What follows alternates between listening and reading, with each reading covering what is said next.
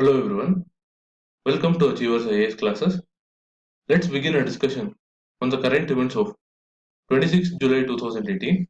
The first issue in news is regarding the proposed amendment to the Right to Education Act. The amendment seeks to give the states the power to detain students who fail in the Class 5 or Class 8 examination. Although many states want such a change, the amendment passed by the Lok Sabha would weaken one of the progressive features of the Right to Education Act, which is to guarantee the continued presence of child in school during the formative learning phase. In this regard, the proposed change will allow the state boards to declare a student failed and detain her on the basis of an examination, which is in contrast with the original provisions of the law.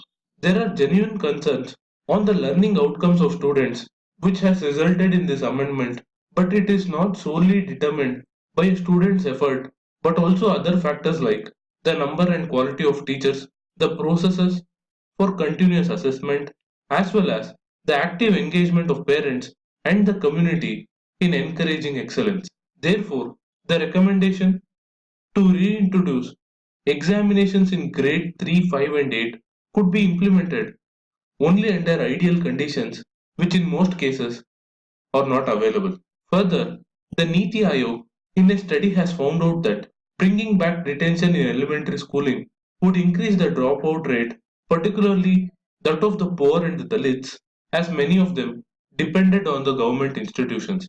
Also, in cases where parents are unable to ensure even regular attendance of children due to their social circumstances, detaining the students for non-performance will further act as a disincentive to attend school regularly. Therefore, measures like detention should not be carried out in haste, and the other factors which undermine the quality of education should be addressed. On that note, let's move on to the next issue, which is regarding the National Registry of Citizens, which is an exercise aimed at identifying illegal immigrants in Assam who are mainly from Bangladesh. The eligibility criteria for inclusion in the NRC is that the persons should either be included in the 1951 census or must be enrolled in electoral rolls before March 24, 1971. The descendants of the above two categories, as well as the persons who came into Assam after January 1st, 1966 and before March 25, 1971 and registered themselves with the Foreign Registration Office will not be declared as illegal immigrants. Further, the Home Ministry has recently advised Assam that no action should be initiated by the administration or the police based on the draft National Register of Citizens, which is to be published on July 30th. In this regard, an intensive public awareness campaign has also been launched to disseminate information regarding the NRC process, the options available for individuals whose names are missing from the draft NRC, and also the procedure and timeline for filling up claims and objections to address the fears of the left out. The next issue in news is an editorial regarding the CATSA Act, or the Countering America's Adversaries through Sanctions Act. The Act imposes sanctions on any country carrying out significant defense and energy trade with American adversaries, particularly Russia, Iran, and North Korea. India had raised its concerns over this legislation and had said that it would go ahead with the S-400 Triumph missile system deal with Russia regardless of the US law.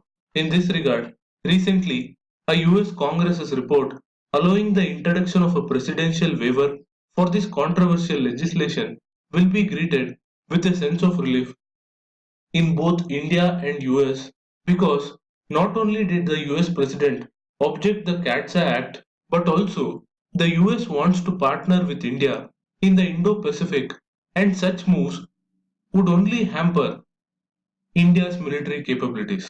Also, India is largely compliant with the demand made by the US that it reduce the defense relations with Russia and also strengthen the same with US. In this regard, India has significantly reduced its dependence on Russian military hardware with a proportionate increase in the defense purchases from US. Therefore, imposing sanctions on India would be unfair.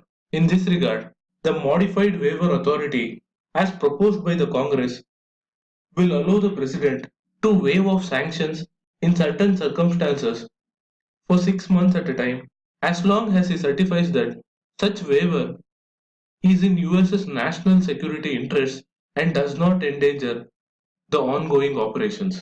While this is a welcome move, there are other concerns in the bilateral relations between India and US, like the US demand to bring down the energy imports from Iran, which is currently the second largest supplier of crude oil to India.